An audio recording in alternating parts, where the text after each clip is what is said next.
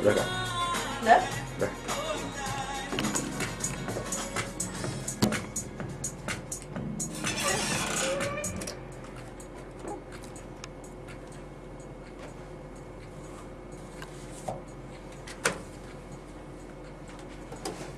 Dari kawasan Taman Setia Budi Indah Blok F nomor 62688 Lofam Lifestyle Music Unlimited.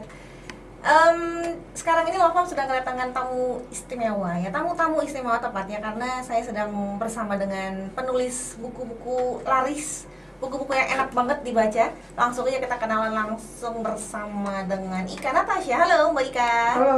Dan juga Bang Syah Medidian. Halo. Benar nggak sih pengucapannya? Benar. Benar ya? Bang Dean. Bang Dean. Jadi kita ngebahas soal Bang Dean dulu nih. Enggak, Mbak Ika dulu dong, ladies first ya.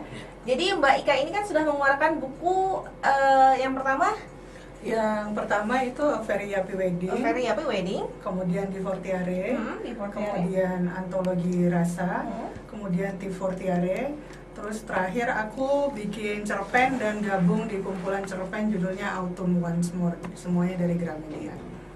Autumn Once More. Ya. Itu dikeluarin tahun 2012 atau 2013? 2000, tahun ini ya, tahun ini. Tahun ini ya. Itu kumpulan cerpen Mbak punya semua atau Enggak, jadi berkolaborasi? intinya Gramedia itu bikin kumpulan cerpen yang isinya penulis Metropod dan beberapa editor.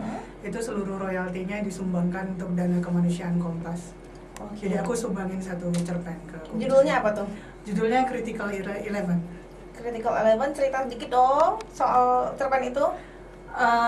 Ceritanya sih intinya tentang dua orang yang gak sengaja ketemuan di pesawat, duduknya sebelahan.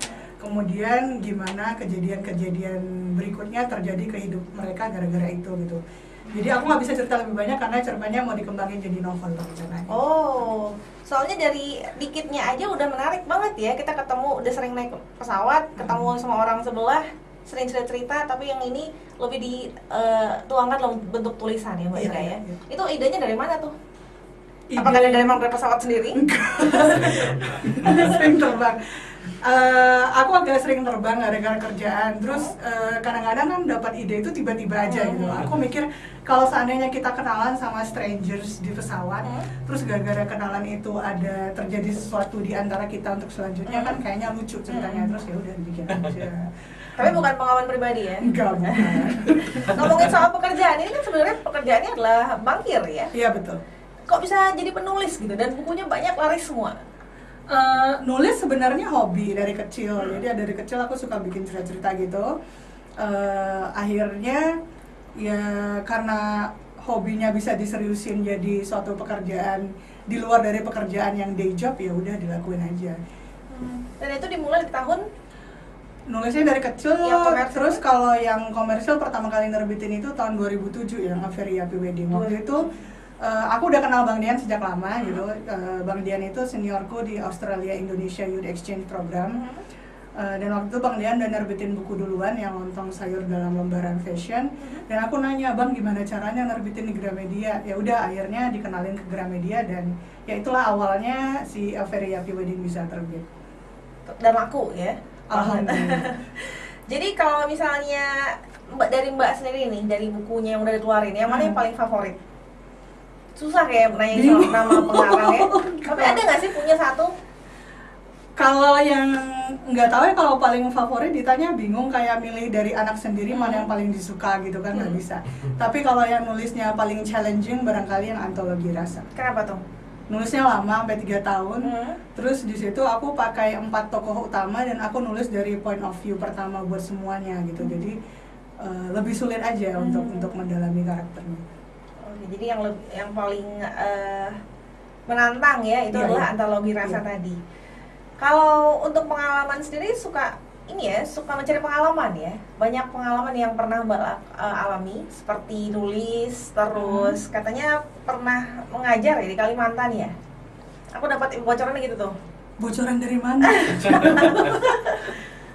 Enggak sih, kalau yang di Kalimantan dulu bukan ngajar sebenarnya. Jadi salah satu bagian dari Australia Indonesia Youth Exchange Program itu adalah kita melakukan community service di daerah yang quote-unquote tertinggal. Waktu itu kita dikirimnya ke Desa Bangkal di Kalimantan Tengah. selama sebulan, dan di situ kita melakukan berbagai community project. Salah satunya diantaranya yang aku lakukan di situ adalah ngajar bahasa Inggris ke anak-anak kecil sama ngajar TPA. Sampai berapa lama tuh? Sebulan. Sebulan ya. Kalau untuk melukis di restoran baseball di Amerika, nah coba nih ceritain pengalamannya. Bisa melukis juga berarti? Atau melukis abstrak? Dulu juga hobi gambar waktu kecil. Terus Banyak hobinya yang menguntungkan ini ya? Iya, betul. Rugi nyari hobi yang nggak bisa nyari gitu. Bener-bener. Jadi waktu SMA aku AFS ke Amerika. Terus kalau di sana kan semua orang pada punya part time job ya gitu. Kebetulan karena aku suka gambar, aku sering kalau lagi datang ke basketball games gitu aku sambil gambar. Terus ada yang lihat, terus dia bilang, aku mau buka restoran baseball, mau bikin lukisannya buat dipajang nggak? Terus ya udah aku bikin dan dia bayar gitu, alhamdulillah. Dan itu sampai sekarang pernah nggak sih berkunjung ke Amerika terus ngeliat restoran yang tempat Mbak gambar itu? Nggak punya duit. Jangan gitu loh, nanti didengar loh. Tapi belum ada ngeliat lagi. Belum balik ke sana sejak itu. Oke. Nah, untuk Bang Dean sendiri, Halo. Halo, ada bukunya, 5 buku ya? Atau ada cerpen lain? Kumpulan cerpen ada satu, namanya Cerita Sahabat. Kedua itu proyeknya Albert Pinenda. Oh, di situ ada Bang Dean juga ya? Terus ada satu lagi diproses sama Gramedia. Apa tuh? Judulnya belum, tapi itu semua penulis laki-laki. Jadi love from man point of view. Seru kayaknya ya. Tapi yang udah dikeluarkan adalah buku Lontong Sayur dalam Lembaran Fashion. Ya. Ini apa sih? Judulnya kayaknya menarik banget ya, Lontong Sayur dalam Lembaran Fashion. Maksudnya apa tuh? Itu buku tahun berapa? Tahun 2003. Itu saya ingin memperkenalkan dunia jurnalisme fashion ke publik Indonesia. Jadi itu bagaimana kalau kerja di dunia fashion itu kita gajinya gaji karyawan kos-kosan, tapi kita harus meliput industri fashion yang gemerlap. Bagaimana kita menyesuaikan uang harga lontong sayur harus meliput Hermes gitu. Jadinya di situ banyak dilema dan menarik kalau menurut saya diceritakan. Karena Bang Dean ini sendiri seorang jurnalis ya di bidang lifestyle dan lahir di Medan juga sama kayak Mbak Ika. Orang Medan. Wah, orang Medan juga. Dan sekarang ini masih jadi jurnalis, jadi sekarang saya editor? Jurnalis independen. Itu semacam wartawan sesuai pesanan. Tapi di sisi lain saya punya kegiatan. Kalau redaktur di majalah-majalah masih nggak tuh ya? Enggak, udah. Oh, udah enggak. Tapi masih memperhatikan bidang fashion kali ya? Fashion dan lifestyle sekarang.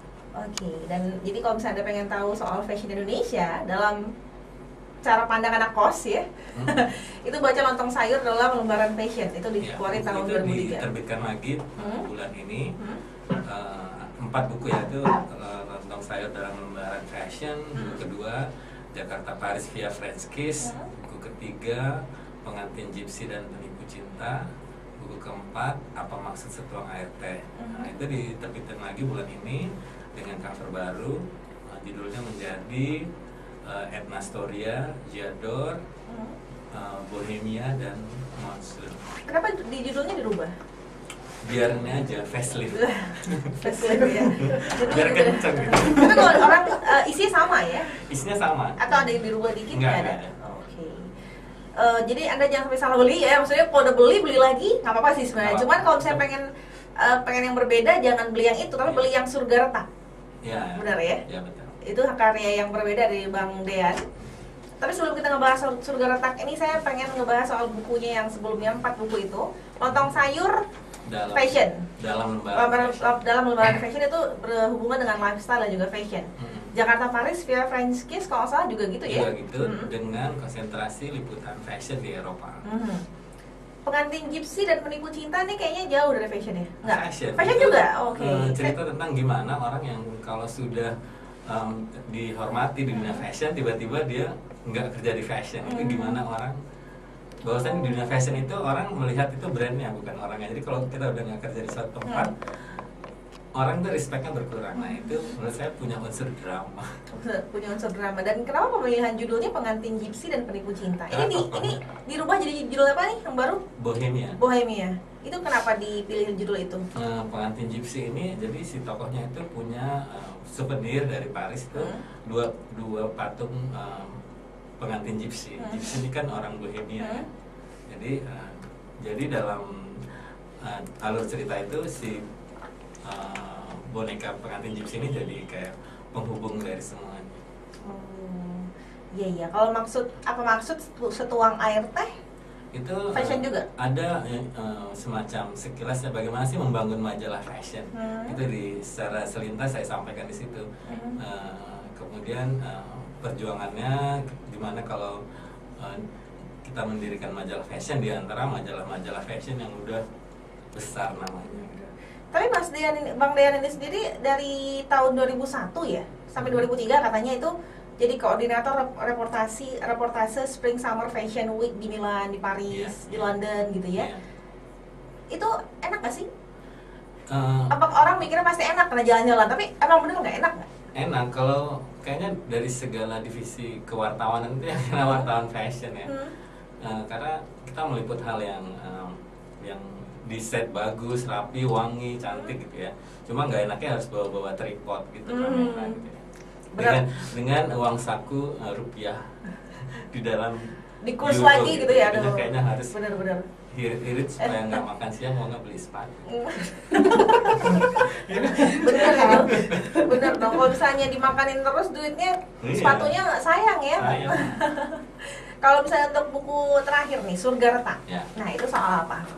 Itu saya tuh besar di daerah perkebunan ya di sini, dan sampai sekarang tuh teman-teman saya banyak orang perkebunan, dan saya melihat mereka itu hidup dalam masalah pertanahan yang sangat memprihatinkan gitu ya. Tanah-tanah yang tidak jelas kepemilikannya, tahu-tahu ada yang mafia yang memiliki gitu ya. Nah, saya memotret masalah pertanahan di tanah Deli Serdang ini di novel ini. Jadi lewat cerita percintaan Suri dan Murad, saya ingin memotret kehidupan di Deli Serdang gitu. Oke, wah, ini anak Medan harus baca ini kayaknya ya? Iya dong, ya dengan agak jualan. Surga Retak ini cerita soal percintaan di Deli Serdang ya? Iya.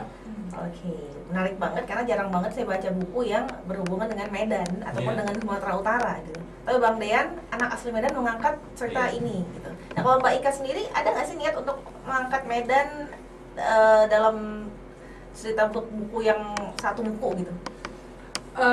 Satu buku spesifik belum kepikiran, tapi kalau udah pernah baca bukuku pasti tahu bahwa di setiap bukunya ada tulisan Medannya, ada makan dimsum ya. Iya. Ada sesuatu yang tentang Medan. Iya.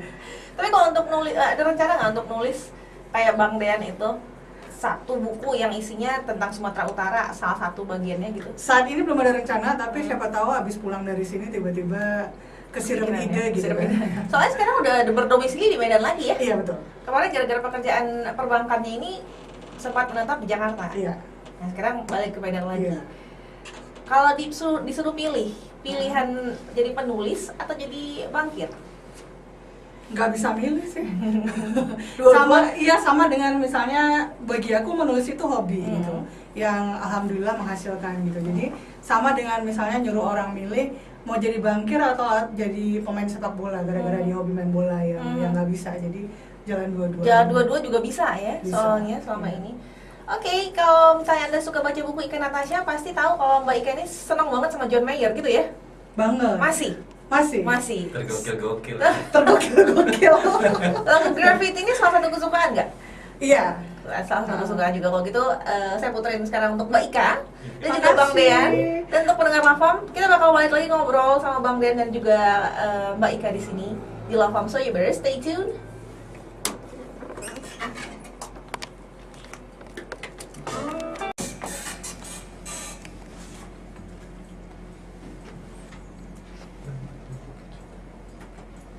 AKA Lafam Lifestyle and Music Unlimited masih bersama dengan Bang Dean dan juga Kak Ika ya sebenarnya ini harusnya ya, Kak Ika Natasha.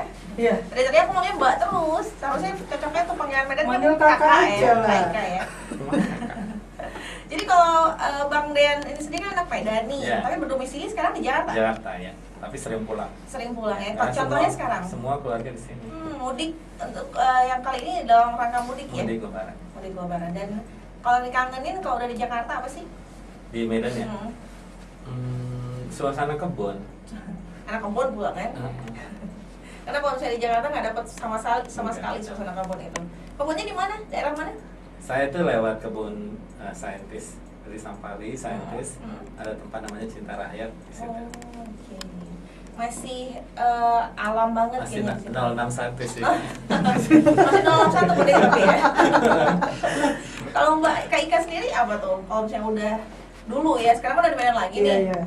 Yang pertama kali dibuat begitu balik ke Medan dalam waktu yang lama apa? Ke martabak gapa biasanya. Harus ya pertama kali. Enak sore. Kalau yang sering dibilangin di buku dimsum itu dikejar juga nggak? Sekarang aku udah berhenti makan seafood, jadi udah nggak ngejar lagi. Kalau dulu pasti ngejar di sini. Masih ngejar ya? Kalau sekarang untuk cukup lah martabak apa aja. Iya. Kalau misalnya soal buku, di balik soal buku, aku pengen nanya sama Mbak Ika lagi soal sama sekali belum ada kepikiran ya soal buku ke depannya apa? Belum, jadi aku tipenya bahkan kalau nulis aku nggak nulis outline sama sekali gitu. Jadi aku cuma misalnya dapat ide gitu, ya udah aku ketik aja. Besok halaman 2-nya mau jadi apa aku nggak tahu gitu. Jadi tips-tips dari penulis itu biasanya kan standar tuh ya. Tapi kalau untuk Mbak Ika sendiri itu nggak berlaku. Standar maksudnya nulis outline dulu, gini bikin target gitu kan. Aku soalnya udah capek ditarget di kantor, jadi yang nulis nggak mau ditarget. Intinya sih sebenarnya aku nggak mau nulis itu jadi beban gitu. Kadang orang kalau misalnya udah merasa nulis jadi beban, dia merasa itu pekerjaan, bukan sesuatu yang dinikmati. Bukan Jadi, hobi lagi ya? Bukan hobi gitu. Jadi, aduh hari ini harus target nulis 3 jam ya, aduh males gitu kan. Kalau aku sih lebih ke let it flow aja. Kalau untuk kantor sendiri oke ya, oke aja ya kalau ngasihin izin soal buku ini. Enggak masalah sama mereka karena aku nggak mengerjakannya di jam kantor dan nggak ganggu kerja. Bahkan aku pernah kaget tuh waktu ada acara gitu di Jakarta, aku ketemu sama direktur utamaku waktu itu. Terus waktu salaman dia ngomong, Kak, saya lihat buku kamu di Gramedia gitu. Terus aku kaget, ya elah bapak ini tahu juga gitu kan. Terus dia cuma bilang bagus gitu, ya udah berarti direstui gitu. Oh tapi nggak ada kontroversial gitu ya soal Enggak. Bahkan kantorku tuh yang Plaza Mandiri di Jakarta, mereka tiap tahun ngadain kerjasama sama Gramedia, ngadain bazar buku dan talk show gitu. Dan aku ya ikut diundang juga di lobinya Bank Mandiri itu talk show buat pegawai. Tapi kalau misalnya orang-orang pengen tahu wajah dari seorang Ika Natasha, itu kan bisa di Google ya. Iya. Contohnya kayak saya nih, Iya. saya menemukan foto-foto yang rambutnya panjang. Oh, Kalau sekarang iya. udah pendek nih. Itu kenapa? Kan ada raya. Karena rambut baru. Rambut baru ya. Itu maksudnya kenapa? Nggak kayak penulis-penulis lain yang hobi banget nampang gitu kan? Kalau Mbak Ika sendiri lebih Penulis lama yang hobi nampang sih. banyak penulis sekarang yang hobi nampang dikit-dikit ya tampangnya taruh di bukunya gede-gede, di website gede-gede gitu. Tapi kalau Mbak Ika sendiri kayak susah dicari. Besok aku Ya. taruh di billboard ya. Itu ada tujuan tertentu atau memang Enggak gimana? sih, jadi emang kalau di buku yang lama ada gitu, dan ya kalau lihat di Facebook segala macam di Google kan masih ada sih. Jadi Masih ada tampang lama Iya, tapi jadi ya. nggak misterius. Tampang baru dong. Tampang baru yang ini. Tampang Kalau Bang Dean sendiri buku-bukunya berhubungan dengan fashion ya. Yang Surga Retak ini yang berhubungan dengan fiksi cinta di luar fashion. Ya. Iya kan cuma satu ini ya. Tapi ada fashionnya juga karena fashion itu sebenarnya di segala lapisan masyarakat, cuma brandnya aja yang beda kan, yang satu Swan, yang satu Louis Vuitton. Ya kan? Kenapa Tapi emang? semua ada brandnya. Kenapa nggak? Maksudnya kalau di Surga Retak ini banyak nggak sih soal fashionnya? Enggak, tapi itu bagian dari deskripsi. Misalnya Suri ini anak kampung yang gini-gini, bajunya itu sleeveless gitu misalnya dia. Oh jadi orang bisa berimajinasi juga ya, Iya. pakai baju apa gitu. Sedangkan kalau Mbak Ika